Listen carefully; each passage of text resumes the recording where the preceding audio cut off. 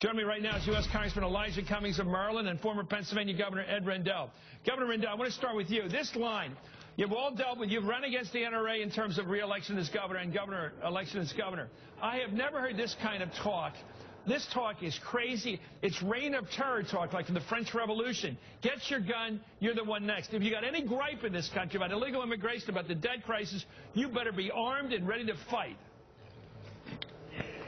Well, Chris, not only is it crazy stuff, and it really is outright, flat-out, committable stuff, but worse, it has heavy racial overtones, and I'm sure Congressman Cummings is going to talk about that. So much so that I think it's incumbent upon the Republican Party leaders, such as they are, to stand up and disavow Wayne LaPierre now, disavow this statement, say it's against everything we believe in. We do not scare people with images of Latino gangs and looting by looters after a storm, things that conjure up nothing but racial overtones.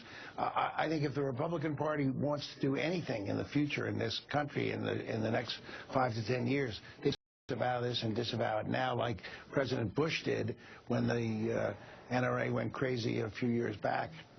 Well, Congressman Cummings, here it is, in a piece titled "Stand and Fight." The NRA's Wayne LaPierre worked all the levers of the fear machine. Quote, during this second Obama term, additional threats are growing. Latin American drug gangs have invaded every city of significant size in the United States. Then LaPierre shifted gears and used Hurricane Sandy to stoke more fear. Quote, after Hurricane Sandy, we saw the hellish world that the gun prohibitionists, the ones who are for prohibiting it, see as their utopia. Looters ran wild in South Brooklyn. There was no food, water, or electricity. And if you wanted to walk several miles to get supplies, you better get back before dark or you might not get home at all. And then LaPierre wrapped it all up with a defiant call to arms. Quote, we will not surrender, we will not appease, we will buy more guns than ever. Your reading of that, who's he talking to?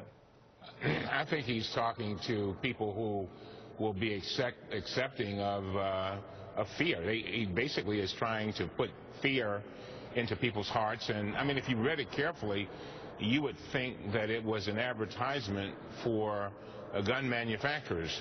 The fact is that we've got to, and basically I see it as a distraction. We've got to concentrate on Sandy Hook. We've got to concentrate on what's going on in our inner cities and folks getting guns that should not have them.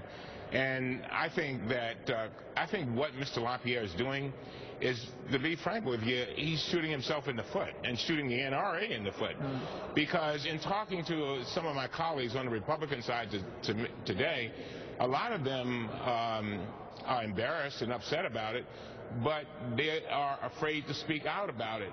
But one thing that they are definitely they're not in agreement with, and I think some are going to see this as cover to stand up against the NRA. You know, we have common sense legislation against trafficking, which is a bipartisan bill. I know you do. And Scott Riegel is who's one of our co-sponsors, is an NRA member. So, and a Republican. That's true, but I went back and looked at, Governor, I want to get you in here. I went back and looked at the Republican platform last time around. It was all pro-gun on every aspect, every front. Not a single word challenging the NRA. I've yet to see, I accept the fact, Congressman, you've got colleagues and good friends who are willing to speak candidly with you, as they clearly have.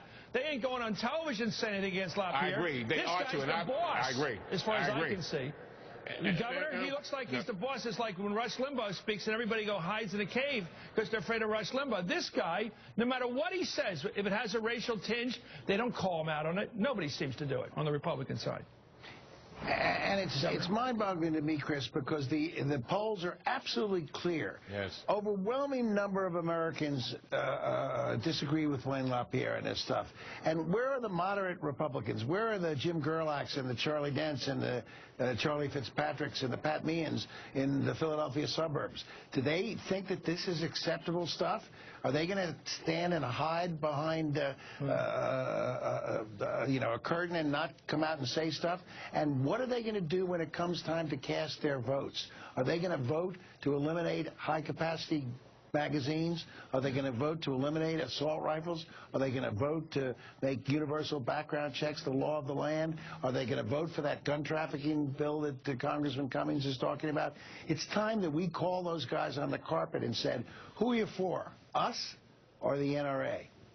Well, they're talking now with their silence. LaPierre, by the way, even called on in the question now, what would happen with the economic fear we all have in this country about, budget stops and debt ceilings and all that stuff. He said, leading to financial ruin right now, he talked about, and warned that even when these days of chaos come afterwards, you better be armed about it. Quote, nobody knows if or when the fiscal collapse will come.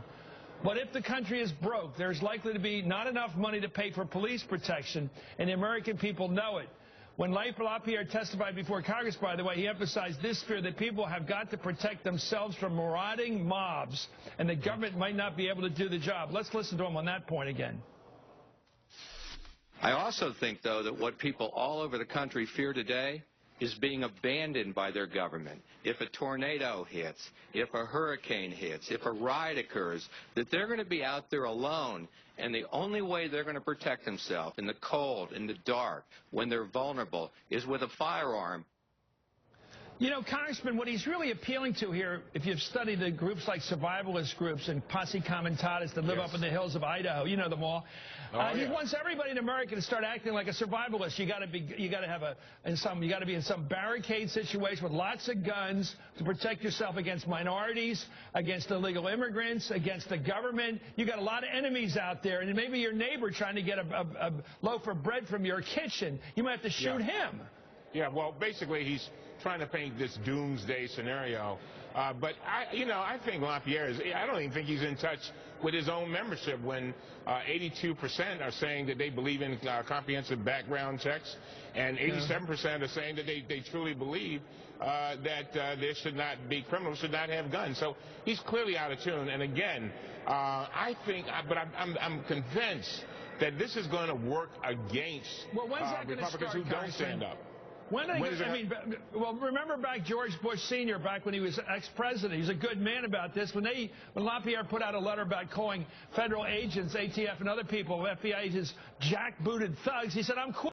I just don't hear the sound of Republicans quitting because of Wayne LaPierre's craziness. I haven't heard it yet. Have you heard of anybody quitting the NRA who's Republican? I have not heard anybody quitting, but I will say that Patrick Meehan out of Pennsylvania is a co-sponsor of our bill, and hopefully they are, and we've gotten now 5 co-sponsors from the Republican side, and hopefully we'll get even more, and maybe, just maybe, that will cause others to stand up. And then when you hear the words of LaPierre, and everybody ought to read what he wrote, by the way, I think that people will distance themselves more and more from him.